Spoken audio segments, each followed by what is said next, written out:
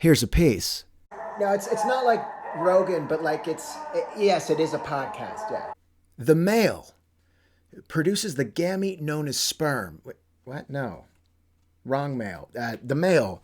The thing that delivers those letters from your aunt who writes once a year to let you know how cute you once were when you were two. The same person who you don't recognize for their looks, but rather their cross between normal cursive and hieroglyphic penmanship. Did she just say that I'm a handsome young man? Or is she demanding ransom for a young man? I don't know, but I do know this. USPS. It tackles more than just these letters from your Aunt Jane and the endless amount of Little Caesars coupons that you've never cashed, but also much more important things like medication, unemployment information, and monthly subscriptions to the magazine Cranes Today, the leading resource for news and intelligence focused on the crane and lifting industries. Now, USPS is facing a couple problems. First off, there's a pandemic.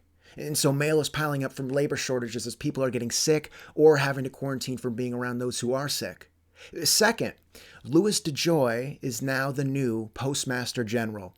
And fucking, it blows my mind that that's the actual title of the head of the United States Postal Service. But here we are. And it's funny because that was also the first choice for a stage name for Post Malone.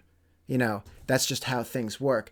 So DeJoy, the multi-million-dollar donor to President Trump, has raised quite a few red flags. First off, next to lawn chairs, the mail is the only thing that hasn't been made political in today's day and age, but considering DeJoy's close ties to the president, people are concerned over the politicizing of the usually and traditionally and always nonpartisan postal service.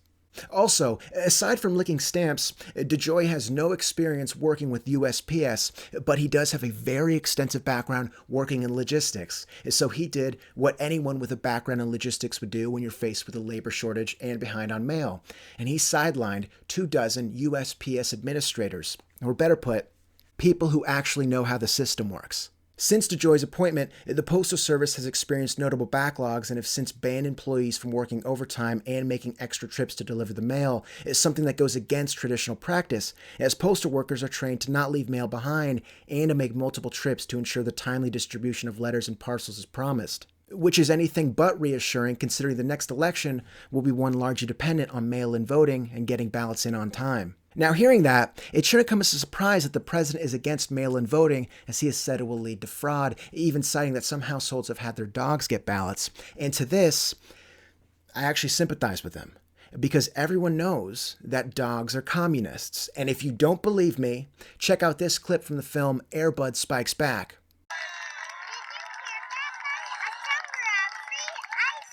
My name is Buddy, and I'm a communist.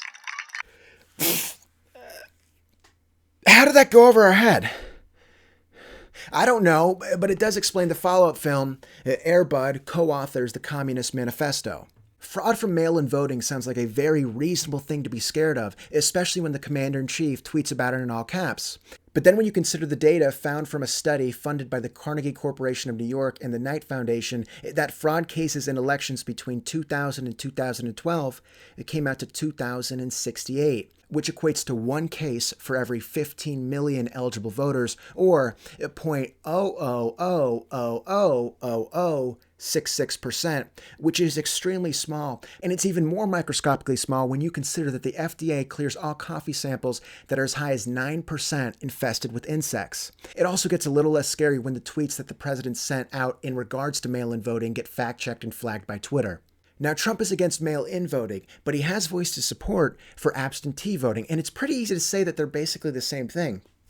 But the thing about that is that they're not. Mail-in ballots are ballots that are automatically sent to registered voters. Absentee ballots, they have to be requested through state governments where they're either accepted or rejected. Not only does this take extra time, but it makes getting a ballot for those without a computer or those less privileged that much more of a hassle. It's an added step. It's another obstacle for someone to do the most American thing they can possibly do: vote.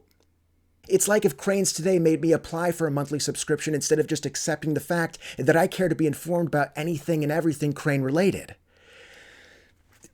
So considering his recent behavior and DeJoy getting appointed to Postmaster General, it really makes Trump's support of absentee ballots and not mail-in ballots that much more fascinating.